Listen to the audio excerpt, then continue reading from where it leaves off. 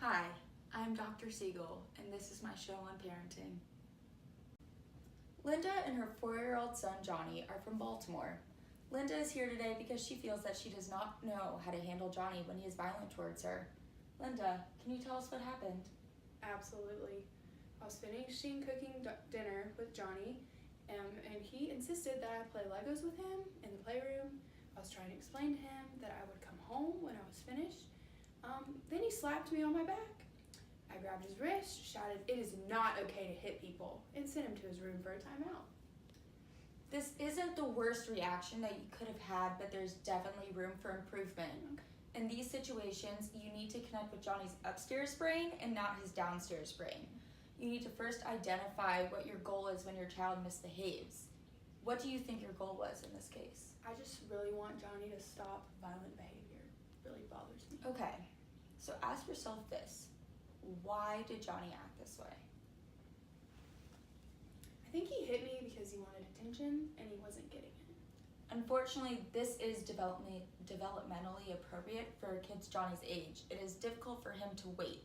He's not old enough to regulate his emotions on his own. He hasn't developed that yet. Okay.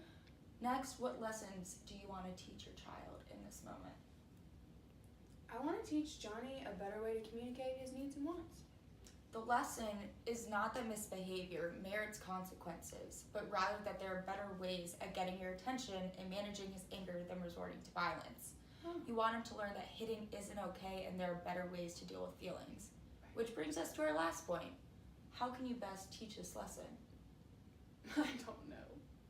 Giving him a timeout or another unrelated consequence might not make your son think twice about hitting you. Oh. It is better to pull your child close to you, acknowledge their feelings, and model how to communicate these emotions.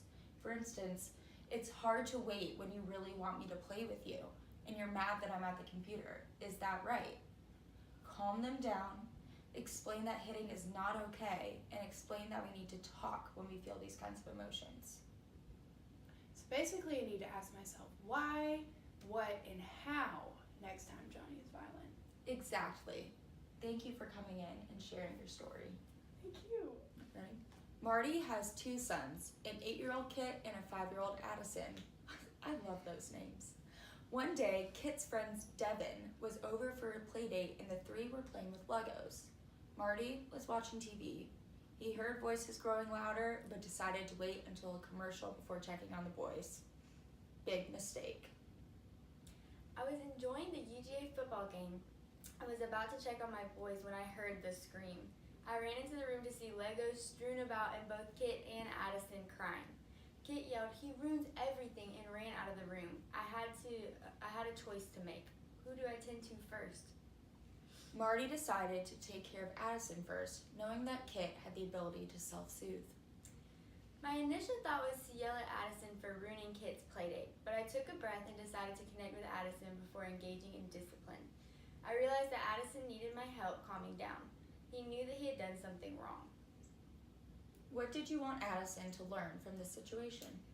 I needed him to understand why his brother was upset and that he needed to respect his brother's time and boundaries. So how did you handle it? I took Addison to a separate room, pulled him close to me, and got him to calm down. We joked around a little to ease the tension. We talked about understanding other people's feelings and how their feelings might be different in a situation than yours, and that's okay. What do you think is most important for all parents to know in this situation? I think the most important thing to learn is that if the child is too emotional, then they're not going to be able to absorb any information. Exactly. You need to connect with the child and redirect.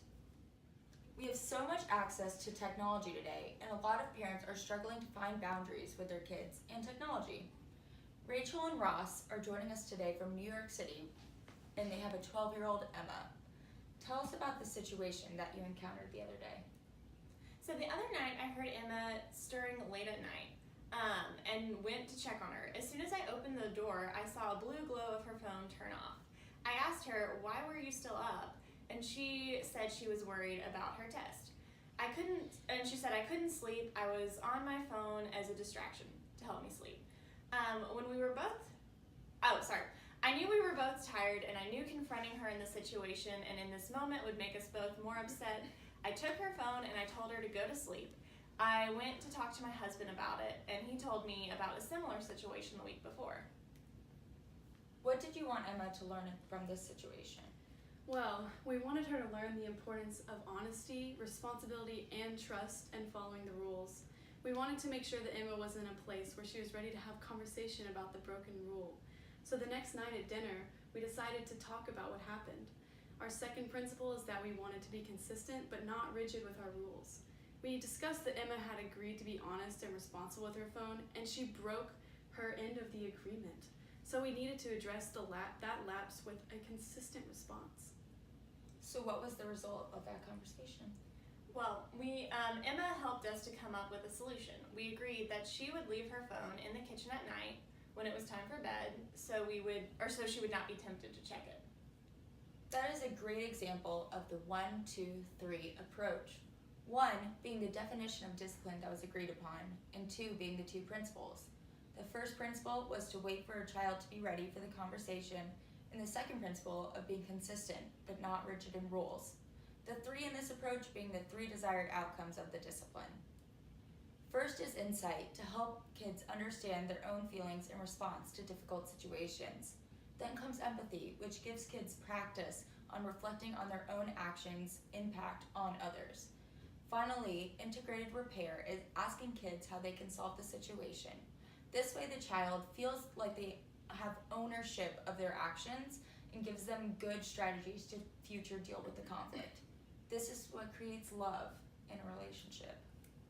I would like to thank all the parents for coming in today and sharing their stories, and I hope you learned something.